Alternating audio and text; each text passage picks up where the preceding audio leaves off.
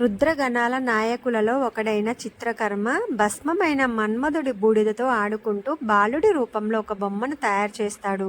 అట్లా తయారు చేసిన బొమ్మను శివుని వద్దకు తీసుకెళ్లి చూపిస్తాడు. శివలీలలు అనిర్వచనీయం కదా. శివుడి వద్దకు వెళ్తుండగానే ఆ బొమ్మకు ప్రాణం వచ్చి బాలుడు ఒక్క గెంతులో శివునికి చిత్రకర్మకు ప్రణామం చేస్తాడు. చిత్రకర్మ ఆనందానికి పట్టపగ్గాలు ఉండవు. ఆ బాలుడికి శతరుద్రీయ మంత్రం ఉపదేశించి తపస్సు చేసుకోమని ఆదేశిస్తాడు. ఆ బాలుడు అదే పనిగా మంత్రపఠనం చేస్తూ తపస్సు చేయడం మొదలెడతాడు. తపస్సు చివరి దశకు చేరుతుండగా శివుడు ప్రత్యక్షమవుతాడు. బాలుడు ఆనందంతో, నాతో యుద్ధం చేసిన వారెవరైనా తమ శక్తిలో సగం కోల్పోవాలి, ఆ శక్తి నాలో చేరాలి, నా ప్రత్యర్థి ఉపయోగించే ఏ ఆయుధము నన్ను బంధించకూడదు అంటూ ప్రత్యేకమైన వరాలు ప్రసాదించమని వేడుకుంటాడు.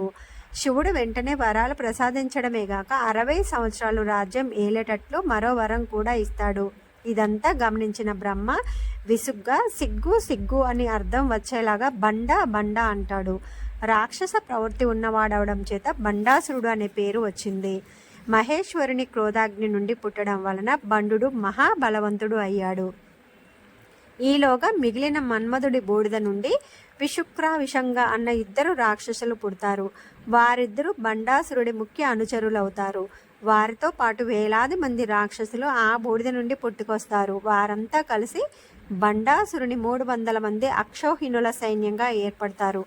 అట్లా అన్ని వేల మంది రాక్షసులు జన్మించారని తెలుసుకున్న శుక్రాచార్యుడు వారికి గురుత్వ బాధ్యత తీసుకొని నిత్య అనుష్ఠానాలు నిర్వర్తించమని వారిని ఆదేశిస్తాడు.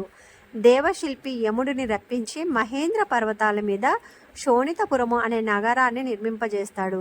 యముడు శోణిత నగరాన్ని స్వర్గం కంటే ఎక్కువ అందంగా తీర్చిదిద్దుతాడు. యముడు బ్రహ్మ చేత హిరణ్యకశిపుడికి ఇవ్వబడిన కిరీటము, చామరాలు, గొడుగు, విజయము అనే ధనస్సు ధరించి సింహాసనాన్ని స్వీకరించి పట్టాభిషిక్తుడవుతాడు. రాక్షసులను ఆ నగరానికి రప్పించి బండాసురుని రాజుగాను, విశుక్రుని విషంగుడిని యువరాజుగాను నియమిస్తాడు.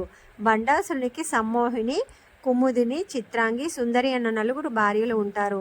శుక్రాచార్యుడి ఆధ్వర్యంలో హోమాలు, వేద పఠనం, తపస్సు సక్రమంగా జరుగుతూ ఉంటాయి. అతను ధర్మపరుడై, శివారాధన తత్పరుడై యజ్ఞ యాగాలు చేస్తూ చక్కగా పరిపాలిస్తూ ఉంటాడు. అతని బలం పెరుగుతూ ఉంటుంది.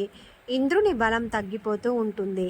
అది గ్రహించిన నారాయణుడు మాయను సృష్టించి, నీవు బండాసురుని వద్దకు వెళ్ళి అతన్ని మోహించి విషయ సుఖాలలో ఉండేటట్లు చూడవలసింది అని ఆజ్ఞాపిస్తాడు. విష్ణువు ఆనతి మీద బండాసురుని మోహంలో ముంచెత్తి విషయ సుఖాల్లో పడేసి యజ్ఞాలు, శివారాధన మర్చిపోయేలాగా చేస్తుంది మాయామోహిని. అదను చూసుకొని నారదుడు ఇంద్రుని వద్దకు వెళ్ళి, ఇంద్ర, బండాసురుడు మాయామోహితుడై ఉన్నాడు. దేవి పరాశక్తిని ఆరాధిస్తే శ్రేయస్సు కలుగుతుంది అని చెప్తాడు. నారదుని సూచన మేరకు హిమాలయ పర్వతాలకు వెళ్ళిన ఇంద్రుడు దేవతలందరితో కలిసి పరాశక్తిని పూజిస్తాడు. శ్రీమాత్రే నమః.